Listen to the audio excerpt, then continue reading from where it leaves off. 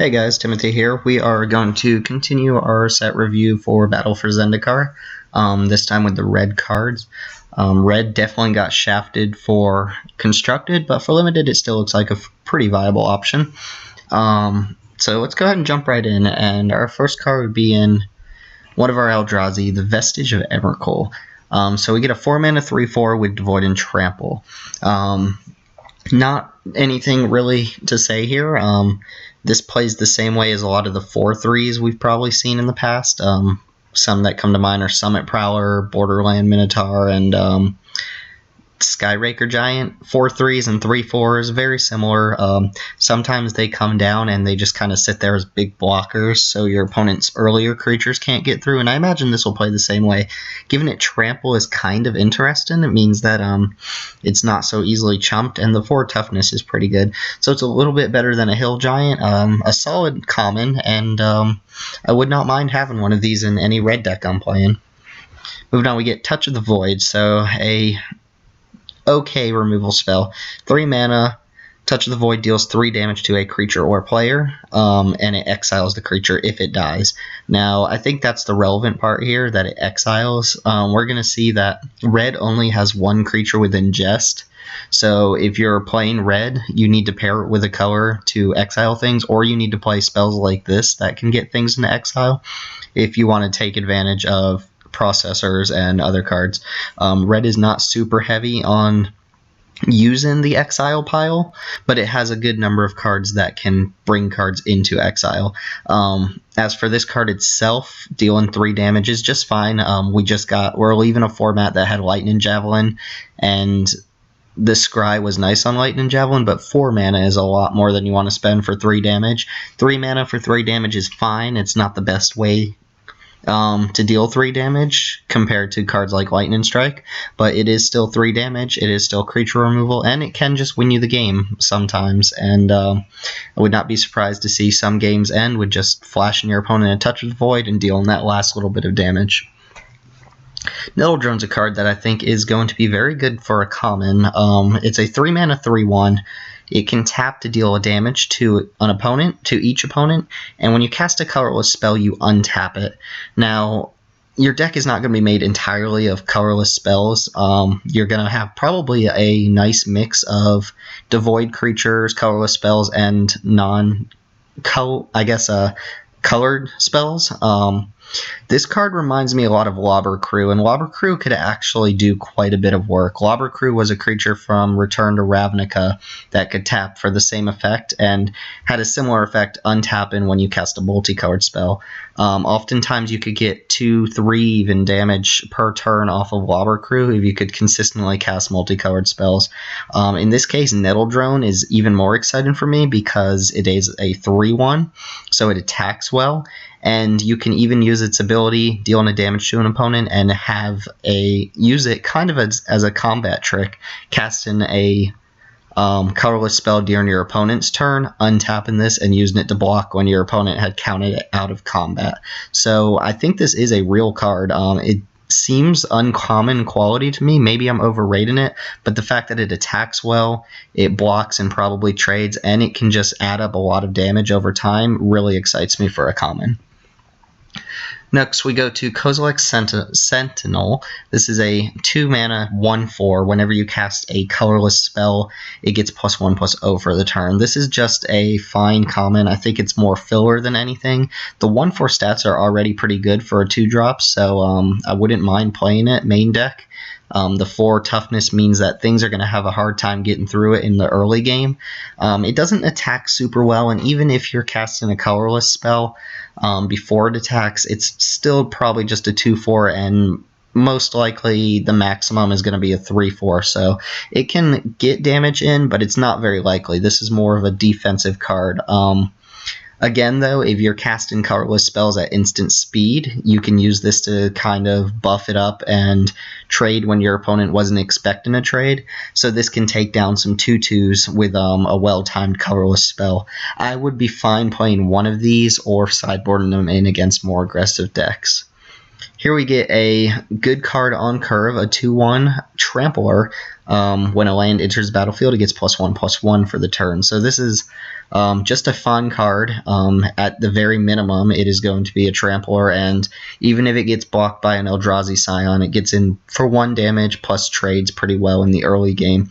Landfall is not anything to write home about, but the extra damage and the more difficult blocks from your opponents make it a relevant 2-drop. So definitely a good card, probably worth taking a couple of them if you see them, and fit the curve quite well. Following that up, we get a very similar card. Doesn't have Trample, but it's a 3-mana 2/2 that gets +2/+2 with Landfall. So in the early game, this will consistently be attacking as a 4/4, starting on turn 4. Once you start running out of lands, it kind of sits back and it's not as relevant anymore, but is very relevant in the early game, enough that I think it justifies its place in the deck. It's not a very good top deck, and you definitely want it on turn 3, if at all, but it's just a fine playable. Nothing really else to say about this one. I would be happy with it, though. Volcanic Upheaval, 4 mana, instant speed, destroy target land. Now this is an upgrade to Craterize, and it's a little different than Demolish because Demolish can hit an artifact, but neither of those cards were good, and I don't imagine this one's going to be very good either. This is a Lands Matter set, and destroying a land can be relevant, but usually I would just want a removal spell that can target more than a land rather than something that's restricted to only a land. Now there is some consideration with Awaken being in this set that Volcanic Upheaval can target man lands or Awoken lands, but even then, like I said, I would rather have a spell that always kills a creature rather than something that just destroys a land. Playing this just for the sake of setting your opponent back a land or hitting their splash color doesn't seem like it justifies the spot here. This is definitely a pass. Never main deckable, and really you're going to see this is going to be one of those last pick cards. I don't think I'm underestimating this card. It's just pretty bad. Valakut Invoker. So 3 mana 2/3 is fine. For 8 mana, activated ability deals 3 damage to a creature or player. 8 is a lot. This is definitely a late game card. It is exactly what you want in a card, though, something that's relevant stats early game and a relevant ability late game. Dealing 3 damage per turn is definitely something that you need to be cautious of. 3 damage per turn can definitely add up, and these 8 mana activation cards are great in board stalls. They let you get through. This one is no joke.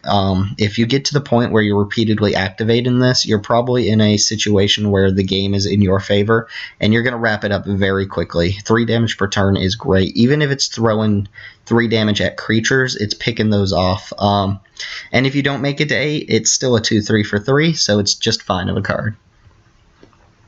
Here we get Stone Fury, 5 mana. This one's double red, instant, and it deals damage to target creature equal to the number of lands you control. So assuming you're not ramping into this, this is usually going to be at minimum 5 damage to a creature, which is already pretty good for 5. It doesn't go to the face, but it is instant, and it does have even higher output potential depending on how many lands you have. So the minimum is very likely 5, but it's often going to deal more damage than that. So I think this is a very good common. It's better than a lot of the black removal spells. Black had a 5 mana -5/-5 to target creature, but that one was sorcery speed. So Stone Fury in most situations is going to be better, and I think it's going to be a very premium pick, a very high pick, and a very good sign that red is open if you see it coming late in the packs. Sure Strike, 2 mana instant, target creature gets +3/+0, and First Strike. This is what you want in your combat tricks. This is the same as Rise to the Challenge from Born of the Gods, with the addition of 1 extra power added. Rise to the Challenge was a very good card. Well, I wouldn't say a very good card, but it was a very solid trick, and it often got a creature out of your opponent and saved your creature. Sure Strike is even more likely to do that, and there are some times where the First Strike isn't relevant and you're just using this to push in 3 extra damage. That makes it a very fine card, and I would be happy to have them in any deck where I'm attacking. Sure Strike has the bonus of being a very good defensive card, so I think it covers us on all fronts exactly what we want in a combat trick. Now here's an interesting card. This is an ally. It's a 5-mana 4/4 with Menace. Pretty simple, but can be quite aggressive and quite hard to deal with. Menace seems like a fantastic ability for allies. If this guy is getting any sort of ally pump, whether it's double strike, +2/+2, or anything, it's going to be a lot harder to deal with, and it's already a difficult card to deal with. Forcing your opponent to block it with 2 things if they're going to deal with it at all. This is the type of card that you want to put auras on if you're playing auras, and this is the type of card that benefits from pump spells. Menace is a great ability, and I feel like this is going to be a very solid common. Follow that up with Reckless Cohort, a very flavorful card, and another ally. This one attacks each turn if able, unless you control another ally. So if you control an ally other than Reckless Cohort, it stays back. Now this is the type of effect we get a lot of lately, and 2 similar cards we've seen recently are Valley Dasher and Mage Ring Bully. This is closer to Valley Dasher than it is to the Bully. Bully was actually playable in its format because of how necessary 2-drops were and how relevant the prowess was on it. Mage Ring Bully could do quite a bit of damage. Valley Dasher, however, was a bad card that people played often. Valley Dasher is even better, I think, than the Cohort, given that it had haste and was able to push in that 2 damage immediately. Cohort, maybe not. The necessity of having another ally in order to make this card not just kill itself seems like something we don't want.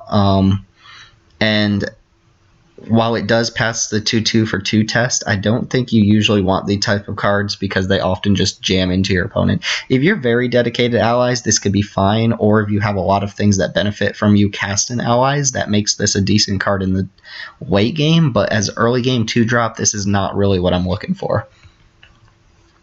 Now, here's a card, Outnumber, 1 mana instant, deal damage to target creature equal to the number of creatures you control. This is very good, and there are only very few situations where I imagine it's not going to be as good. In a format where you are getting a bunch of extra tokens off of a lot of things that you cast, Outnumber's damage output increases. It doesn't go to the face, but it is pretty good creature removal, and a lot of times it's going to be just as efficient in dealing with creatures as Bone Splinters will be, except you won't have to sacrifice a creature. So consider this a premium red card. Make sure that you're playing a healthy number of creatures in your deck to take its fullest potential, but definitely look to grab this card if you're in red. Here we get Undo Champion. A 4-mana 4/3 is something we've seen a lot of in cards like Summit Prowler and Borderland Minotaur.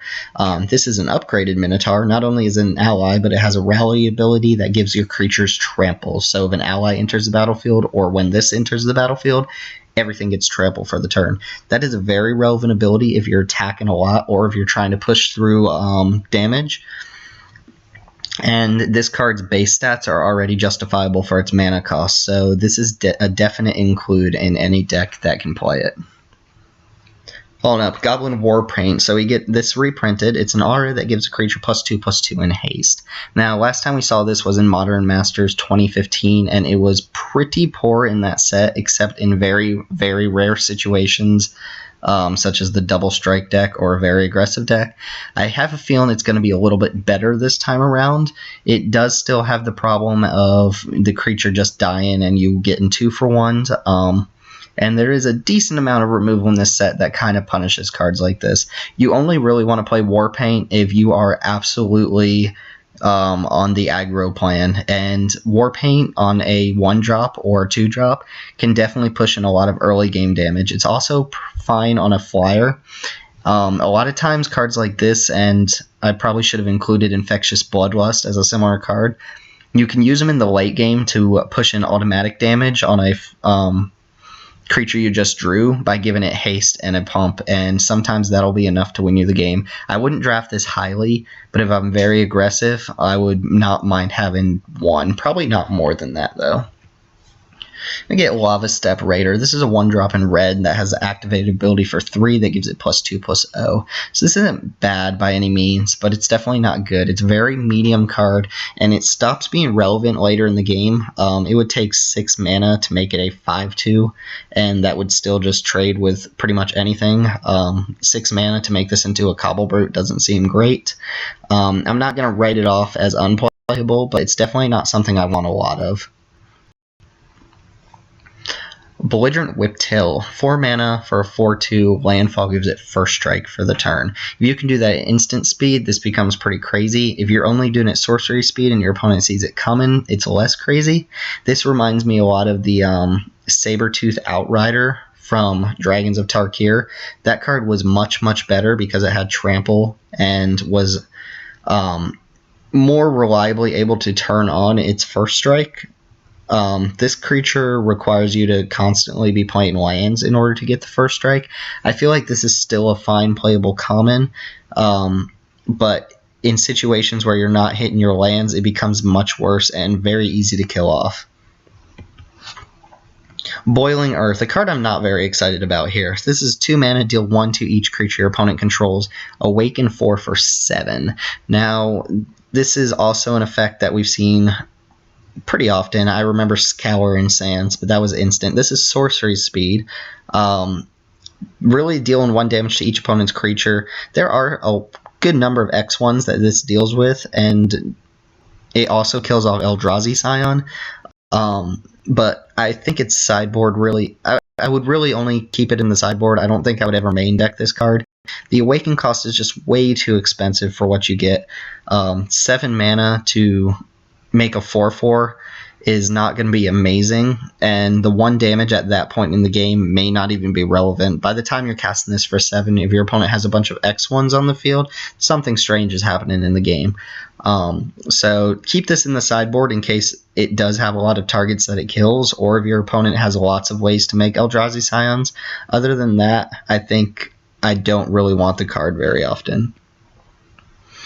Alright, now we move into the uncommons. Crumble to Dust is a 4-mana sorcery that exiles a non-basic land, and then it takes any copies of those from your opponent's graveyard, hand, and library, and exiles those as well. A lot of times, this is just very similar to Craterize or the land removal spell we saw earlier. It only hits non-basic lands, and your opponent's not very likely to have multiples of certain non-basics in their deck. This is definitely more of a constructed card than it is a limited card. I imagine almost every player is going to have at least 1 target for this, and if you absolutely need a way to send cards to your opponent's exile zone, then this might be the card you need, but I feel like this is sideboard only, and I don't think I would ever main deck this card. Alright, and Molten Nursery, a card I'm having a little bit of trouble evaluating, so help me out on this one. It's a 3-mana enchantment. When you cast a colorless spell, Molten Nursery deals 1 damage to a creature or a player. Now, this immediately reminds me of Impact Tremors. It was a card that when you played a creature, it dealt a damage to your opponent. A lot of people thought Impact Tremors was great. I thought Impact Tremors was an awful, awful card, and sometimes it would be enough to win you the game, and people immediately thought it was great because of that, but Impact Tremors takes a lot of work to deal a lot of damage, and Molten Nursery strikes me as very similar. You're not going to be casting colorless spells constantly, or at least in most decks. Like I said, you're going to have probably a half and half split. Over the course of a full game, if it's a very long, drawn-out game, Molten Nursery may be responsible to deal with for dealing 5+ damage, but unless you're constantly casting colorless spells, I don't see it being a big contender. Now, there is something worth noting that it can go to the player's face rather than hitting a creature, and it does wipe out Eldrazi Scions, but it needs to be in a very specific deck, and I need to have a lot of colorless spells for me to want to play this. Vile Aggregate is our 1 ingester for the for red. It's an X5, well, not an X, but a asterisk 5, 3 mana, trample. Its power is equal to the number of colorless creatures you control. So this can be at very minimum a 1/5 because it counts itself. which is fine for 3. That is fine, but clearly the more colorless creatures you can dump on the field, the stronger this gets. This could easily be a 3-mana 3/5 in most cases, if not 4/5, 5/5. This is a very strong card in my opinion. The toughness on it really makes it for me. If it was something like an X3, then I would be less excited. But the 5 toughness and the potential to really grow it out of proportions, and the trample on it plus ingest go together very well. This is a solid uncommon that I'd be very happy playing, and I'm excited to make it work. Turn Against is a 5 mana. This is basically instant speed active aggression. You take control of a creature, untap it, and gain haste. You can use this during your turn to get an attacker, but I think the idea is that you more often than not want to use it during your opponent's turn, and then have their attackers, one of their attackers trade with one of their own creatures. So very often you can situate this to be a 2-for-1. You can also, if your opponent's just beating you down with one creature, you can use this to take that creature after it's declared an attack, and then you don't have to worry about it for a combat. So it kind of fogs one creature, but oftentimes you can construct a 2-for-1 out of this card. I think it's something you don't want too many multiples of, but I think I'd be happy with one of them. And it's a very versatile card as well. There's also the very rare situations where you can use this on your own creature to either untap it or give it haste if those are relevant. That doesn't come up very often, but it's something I've seen come up with active aggression, and it's worth noting that it is a possibility. Alright, Processor Assault. Now this is a processor sorcery. You take an opponent's card from exile and put it back into their graveyard to deal 5 damage to a creature. This is very strong for 2 mana, and it is sorcery speed, so it's not completely busted. It's uncommon as well, so you're not going to see a lot of them. But compare this to something like Fiery Conclusion, which is already a fine playable card, and you start to see that this is pretty good. It does require you to be able to get cards into your opponent's graveyard, like we said, or I'm sorry, into their exile zone, which some of the ways to do that in red are a little unexciting, so I think Processor Assault pairs better with other colors than it does in its own color, but 5 damage for 2 mana and not a lot of work seems exactly what you want out of a card like this. Rolling Thunder. Now this has been upgraded to uncommon. I believe it was a common in whatever set it was printed in the last. 2 red and X deal X damage divided how you choose between any number of targets. So first off, this can go straight to the face. It can be a fireball if you need to close out the game that way. It does cost double red, so it's not the best fireball in the world, but fireballs are fireballs, and they can win the game. Oftentimes, you can, if you just need to pick off a pesky blocker or something like that, you can use this and target one creature, but it's a very versatile card, very flexible in the way that you can use it and the way you can divide it up. So I think it's very exciting. It's hard to compare cards like this and cards like Pyrotechnics and Twin Bolt because it depends on when you need it. Sometimes you'll hold it up to get more value, and sometimes you'll blow it right away just to get rid of one thing. But the flexibility is what makes Rolling Thunder a very versatile and exciting card. Tunnel and Geopede is a 3/2 for 3. Like I said, there are a lot of 3/2s for 3 in this format, and a lot of 2/3s. So there's going to be a lot of trading going on in this format between creatures, which is good. This one basically pings your opponent for 1 when you play a land, and that's fine. If for some reason there's a board stall, you can get a tiny little bit of value out of this. It's not a strong effect, but it is a attrition-y effect in the type of games where creature or both both players are reluctant to attack each other. This lets you kind of add up a little bit of damage. It's not insignificant, but it's also not a complete blowout. I would be fine playing any number of copies that I can pick up of this card. Firemantle Mage is a 3-mana 2/2. This one's an ally with Rally. When an ally or itself enters the battlefield, all of your creatures get Menace. Now, this seems like a blowout card. It reminds me a lot of, I don't know, I'm blanking on the card's name right now, but the Theros Black common or the Theros Black uncommon. Oh, Mogus Marauder, that's it. That gave your creatures Intimidate when it came down. This one gives them Menace. If in a board stall or if you're really needing to push in damage, this could be the card you want. It's also a repeatable effect, so you can definitely maneuver combat in a way that your opponent doesn't have strong blocks or they're losing multiple creatures. I really like this guy, and I think he's going to be very good. Himself as a 2/2 is kind of a little on the weak side, but it's the ability that he grants to your other creatures that make this very good.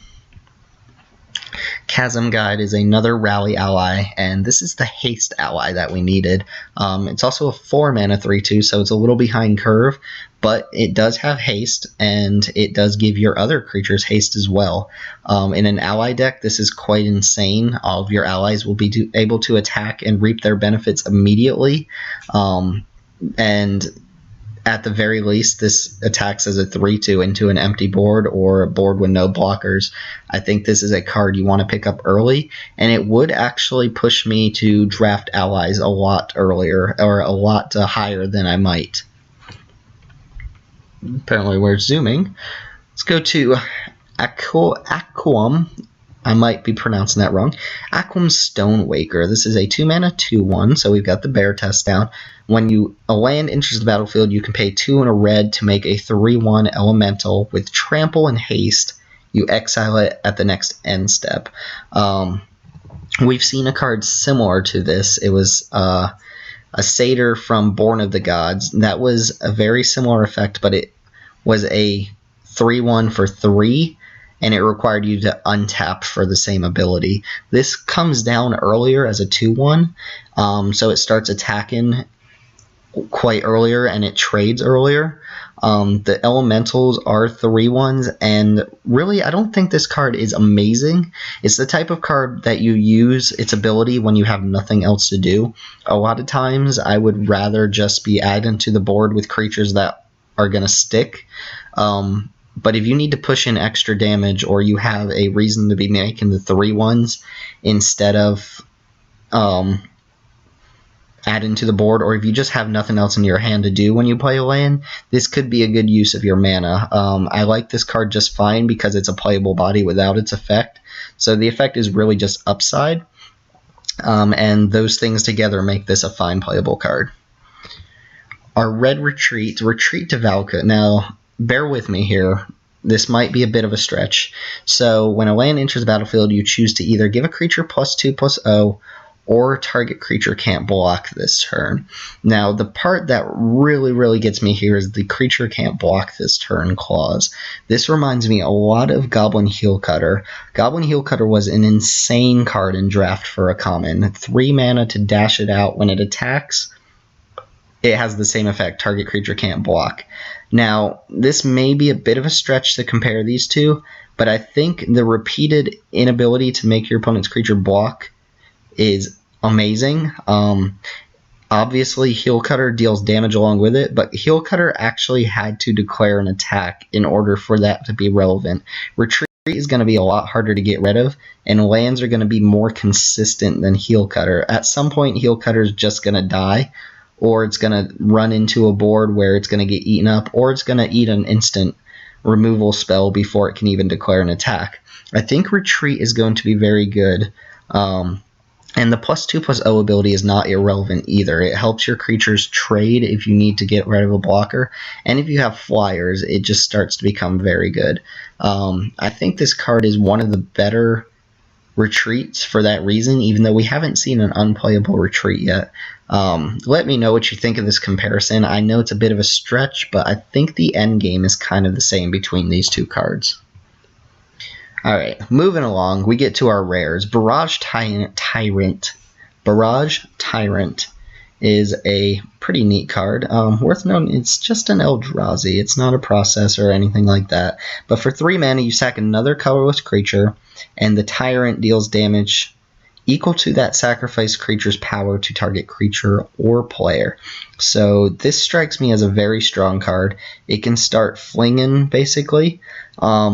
If you have big creatures to fling, this can deal quite a bit of damage. There's some versatility in that you can target another creature and use this as removal, or you can just hit your opponent's face and deal damage that way. It can't sacrifice itself. That would be a little absurd as far as flavor goes, but already a 5/3 for 5 is a playable card. The ability is just extra, really. The body's not absurd or anything, but the damage output this can deal in the right kind of deck is pretty good. And also, just being able to clear off creatures from your opponent's side of the field with your creatures is pretty good. Now, here's a rare I think is not as good. Serpentine Spike is 5 mana. Sorcery, deals 2 damage to a creature, 3 damage to another creature, and 4 damage to a third. It does exile those creatures. By the time you get to 7 mana to cast this, I don't think the exile is going to be as relevant, but it's there for the heck of it. This is very obviously reminiscent of Cone of Flame, which dealt 1, 2, and 3 instead of 2, 3, and 4. Overall, Serpentine Spike is dealing an extra 3 damage, but I don't think it's as good as Cone of Flame. Cone of Flame was very good in its own format because it was a very widespread token-based format. Serpentine Spike is going to deal with some things when you cast it, but it's not going to deal with the other things that are at the same mana cost as it. So when your opponent's playing their 7 drops, they're going to be adding huge creatures to the board. I don't think this is exactly the creature you want, or the sorcery you want to combat the type of creatures you're going to see here. It's not something to write off completely, but I don't think I'm always going to take it over a better uncommon card, or at least something that doesn't cost 7 mana. Radiant Flames, 3 mana sorcery, converge, deal X damage to each creature. X is the number of colors of mana spent to cast Radiant Flames. In the right kind of deck, this is 3 damage to all creatures, which can be just the card you need to warp the field or to wipe it if your opponent's playing a more aggressive little creature-based strategy. In a 2-color deck, I still think it's fine. If you can reliably get it to deal 2 damage to all creatures, then it's still okay, but not as exciting. I think you want it to be 3 colors before you get too excited about it. Obviously, if for some reason you're monocolored, it's near unplayable. But 2 mana is fine, 3 mana is good. I would be happy pulling this card first and making sure that I can get a 3rd color to take maximum advantage of it. Heatran Grinder. This is an exciting one for me. 4 mana 3/3, very reminiscent of Precursor Golem. It is an ally. When you cast an instant or sorcery that targets her, you copy it for each other creature you control, and each of those copies targets one of those creatures. So, for example, if you target this with the +3/+0 and first strike, you copy that for all of your other creatures, and each one is being targeted with +3/+0 and first strike. First off, this triggers on casting, so even if your opponent counters the spell, all of the other copies go through. This is still a 3/3 for 4, so if you're not completely abusing it, it's already a fine card, but it's the type of card that you first pick it as a rare, you build around it, and it has the added bonus of being an ally. I see this being amazing in token decks if you can really spread out and then get pump spells. This guy can go nuts. Or this gal, whichever. At any rate, Heatran Grinder is going to be a card I'm very excited to play with, and I'm really excited to see what kind of potential it has. A little less exciting, we get Aquam Hellkite. This is our mandatory big red dragon that costs a lot and does a minuscule but not negligible effect. 6 mana for a 4/4 flyer is okay. Not amazing, but it's okay. Landfall, deal 1 damage to target creature or player. If you played a mountain to trigger Landfall, deal 2 damage to target creature or player. This ability is not irrelevant. It is a little on the weak side for a 6 mana card, but it is still just bonus value out of a single card. So if this survives and you untap and you can consistently start playing lands, even if they're not mountains, dealing 1 damage off of lands is fine. Turning your lands into mini burn spells is pretty good. At the point that you play this card, you're probably not picking off too many creatures, but starting to burn your opponent with your land drops seems like a good reason to play this card. Alright, and now we get to move to the 2 mythics in red. Aquam Firebird is a 4-mana flying haste. It has to attack each turn if able. And when the land enters the battlefield, you can pay 6. If you do, return this from the graveyard to the battlefield. So I'm kind of at odds with this card. It doesn't seem quite mythic, but it's not the type of card I want to see a lot of opened of. I think mythic is fine for this card, even if it's not completely the strongest card in the world. It is fine, though. Usually I hate this line of text. Blah, blah, blah, attacks each turn of able. I really hate that, but in a flyer, especially a 3/3 flyer, that's quite good. The recursion is expensive, but not irrelevant. That means you can trade this kind of in the early game for other flyers, and if it dies, you can at least get it back as a blocker for a turn. Really, though, Hill Giants with flying are quite good, and this starts getting in damage the turn you play it because of haste. So I'm definitely picking this card if I grab it. It's not as exciting as it could be, but it's still a very good card, and I think it would be foolish to pass this over an uncommon if you can reliably play it in your colors. Finally, we get a reprint here, Dragon Master Outcast. This is a 1-mana 1/1. At the beginning of your upkeep, if you control 6 or more lands, put a 5/5 red dragon creature token with flying onto the battlefield. So, is this a mythic quality card? Maybe. It's worth noting that you have to actually have 6 or more lands, so mana ramp doesn't really help if it's in the form of things like Eldrazi Scions or temporary mana boosts. You have to have 6 lands, so rampant growth type effects or anything that can fetch lands are going to get you closer to this. Now, it is a 1-drop, but realistically, you don't want to really play this guy on turn 1. You want to hold it until you know that you're very close to getting dragons from it. I would play it once I know during the following turn it's going to trigger. So this is actually more of a 6-drop card that you can use in clutch situations as a blocker. It's not a good attacker on its own, so I don't think I want to just burn it on turn 1 and then have it sit there doing nothing. I want to play it in a green-red shell where my green cards can fetch extra lands and I can start getting 5/5s. Once the engine starts going, this guy is almost unbeatable. It is not a unbeatable card by itself, but is a very strong late game card. It dies to tons of removal in the set, but really you want to hold it up until you know your opponent's burnt out and then start getting the value off of it. And once it's down and starts triggering, you should win in just a couple of turns. A 5/5 flyer every turn is insane.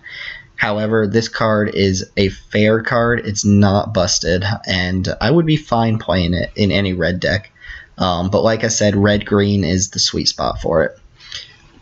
Now there's red for you. Red does not have anything that stands out as absolutely busted. Most of the rares are playable. Some of them are a little bit weak.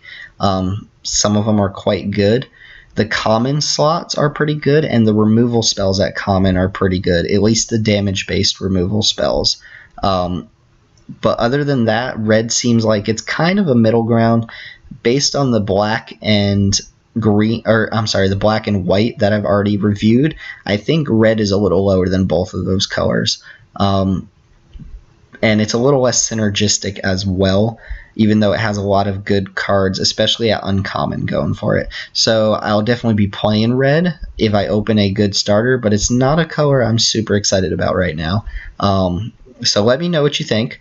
I'll be reviewing green soon, and yeah, leave some comments. Let me know what cards we're at odds on, and one thing I'm definitely curious about, if you want to comment about it, is what you think of the comparison between Retreat to Valakut and Goblin Heelcutter. Is Retreat as good as Heelcutter? Is it worse? Is it better? Is it more flexible, less flexible? Let me know what you think, because I think it's a viable comparison. Anyway,